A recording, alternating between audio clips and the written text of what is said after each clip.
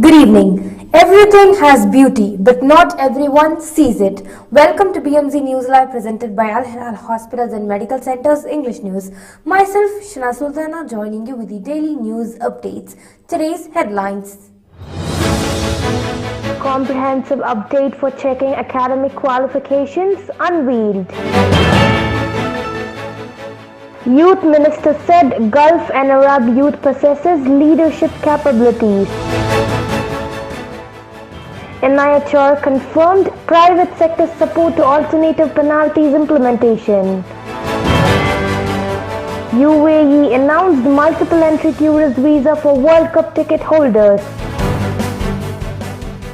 South Korea to lift pre-travel COVID-19 test requirement for inbound travelers. Today's news in detail. Comprehensive update for checking academic qualifications unveiled.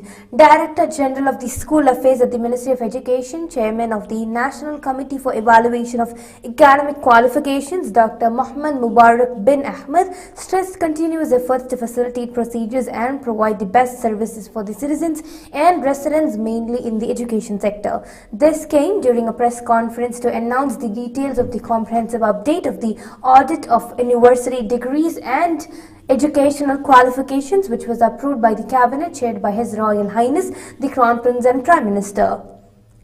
Youth Minister said Gulf and Arab youth possesses leadership capabilities. Minister of Youth and Sports Affairs Ayman bin Tawfiq Al Mohammed Al Moeed said that has affirmed that the Gulf and the Arab youth possesses the talent, leadership, ambition and innovation which enable them to take up leading posts in various fields. He pointed out the importance that they assume a key role in decision making and contribute to building their countries competently as they represent the future of their homelands. The minister asserted that the Kingdom of Bahrain is keen to support the youth-oriented Gulf and Arab work program out of a deep belief that investing in the promising and innovative youth capabilities is an investment in the future of the Arab countries.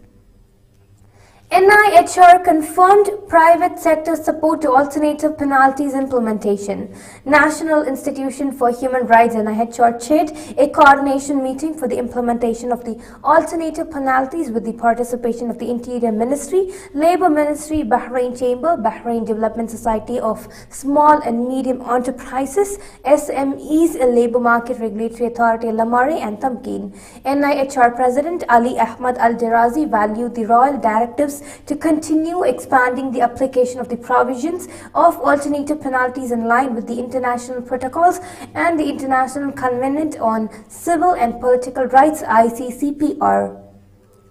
Al Hilal Hospitals and Medical Centers COVID updates. COVID updates brought to you by Al Hilal Hospital and Medical Centers.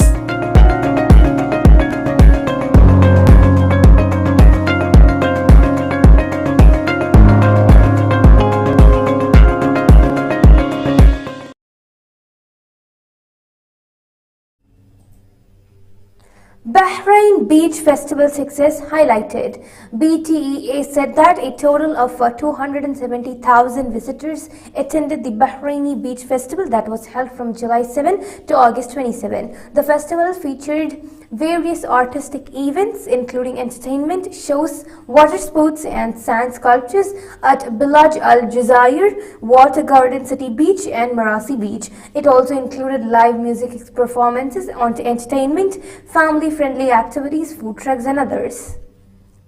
Tourism Minister said cementing partnerships to promote tourism ventures.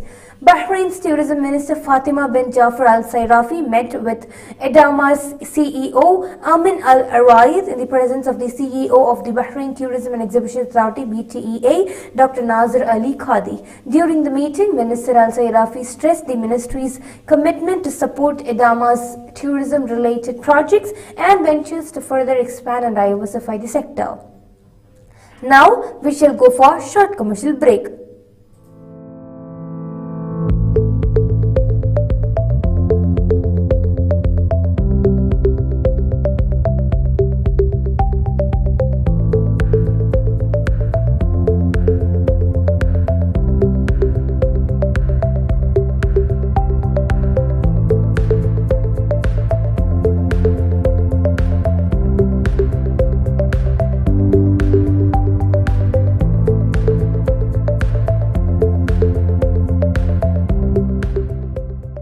The 16th branch of Megamart and Macromart supermarkets in Bahrain has opened in Sahla. The best offers are available to the customers at affordable rates. Everyone is welcome. During and around the opening day, a variety of fish including salmon, meat and dairy products, roastery, frozen items, food and non-food items, groceries, vegetables, electronics, garments and ready-to-eat food items are available to the customers at affordable rates. Hearty welcome to all. Megamart and Macromart, your favorite shopping destination.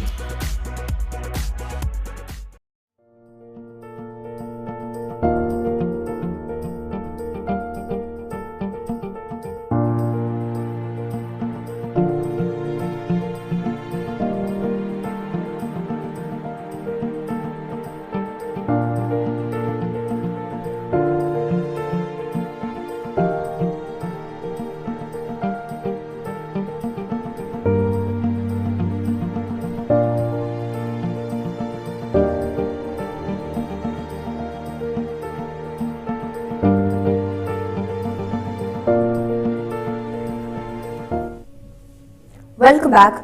Lane closure on King Faisal Highway announced. Works Ministry said that the maintenance works on King Faisal Highway at its junction with Al Furda Avenue for westbound traffic necessitate closure of 1 and 2 lanes on stages. The closure will be effective at night times from 11 p.m. to 5 a.m. on Saturday for a period of 5 nights. UAE announced multiple entry tourist visa for World Cup ticket holders. The UAE has announced a multiple entry tourist visa for fans attending the FIFA World Cup Qatar 2022. The visa will be issued to holders of the Haya card, a personalized document required by the people to attend any of the World Cup matches from November 20 to December 18.